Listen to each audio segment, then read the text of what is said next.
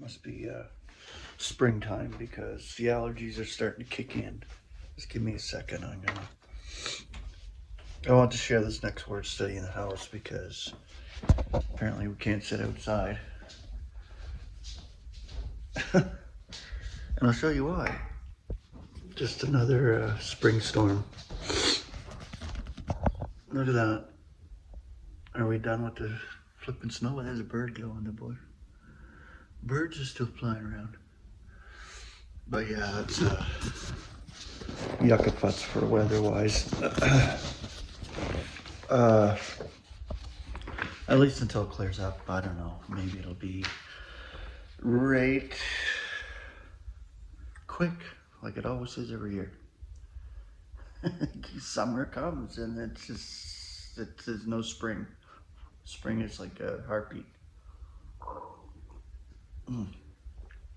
And in Alberta anyway, the weather change is just abrupt. And that's exactly what it is. I put together this little word study here on the word live. I did life, but I looked up the word live, and there's a lot of scripture. I actually got 2 pages of scripture here from Paul's letters, and there was more. I just usually bring it to that amount with scripture, a couple pages, and it gives you an idea what this word life is all about. We have life in Christ, and we've been given life in Christ. The vibrant spirit that's in us, which is God's spirit, is life. That's what will vivify our mortal bodies when we're living and surviving to the presence of the Lord, those who are. Not saying everybody will survive, but we're so close. It's just ridiculously close to our snatching away, and I know it is. In my spirit, I know it is. The word is zeo or zoa in the Greek. I don't know if the A is silent there, but life would be zoa. So this is live, which would be the same, pretty much, same kind of word in the Greek. The concordant definition exists with functioning organs in exercise. All life is manifested of spirit. The concordant scripture references 1 Corinthians 1:8. For we do not want you to be ignorant, brethren, concerning our affliction, which came to us in the province of Asia, that we were inordinately burdened over our ability, so that we were despairing of life also. Romans 9:26. And it shall be in the place where it was declared to them, not my people are you. There they shall be called sons of the living God. Romans 14:11. For it is written, living am I, the Lord is saying, for to me shall bow every knee, and every tongue shall be acclaiming God. 2 Corinthians 3:3. For you are manifesting a letter of Christ dispensed by us and engraven, not with ink, but with the Spirit of the living God, not on stone tablets, but on the fleshly tablets of the heart. 2 Corinthians 6:16. Now what concurrence has a temple of God with idols?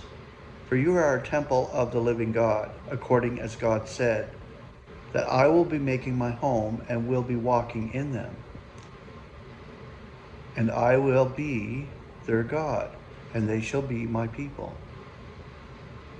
1 Timothy 3:15. Yet if I should be tardy, that you may be perceiving how one must behave in God's house, which is the ecclesia of the living God, the pillar and the base of the truth. And 1 Timothy 4:10, of course, for this are we toiling and being reproached, that we rely on the living God, who is the Savior of all mankind, especially of believers. 1 Thessalonians 1:9. For they are reporting concerning us what kind of an entrance we have had to you, and how you turn back to God from idols to be slaving for the living and true God. Romans 6:10. For in that he died to sin, once for all time, yet in that he is living to God. Romans 14:9. For this Christ died and lives, that he should be Lord of the dead as well as the living. 2 Corinthians 13:4. For even if he was crucified out of weakness, nevertheless he's living by the power of God. For we also are weak together with him, but we shall be living together with him by the power of God for you.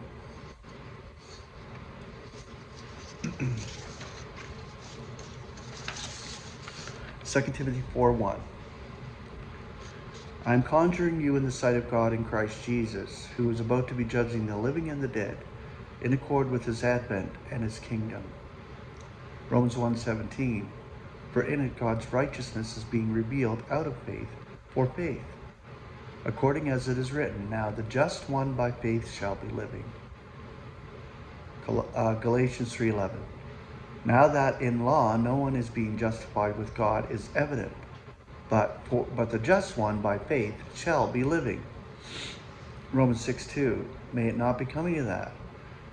We who died to sin, how shall we still be living in it?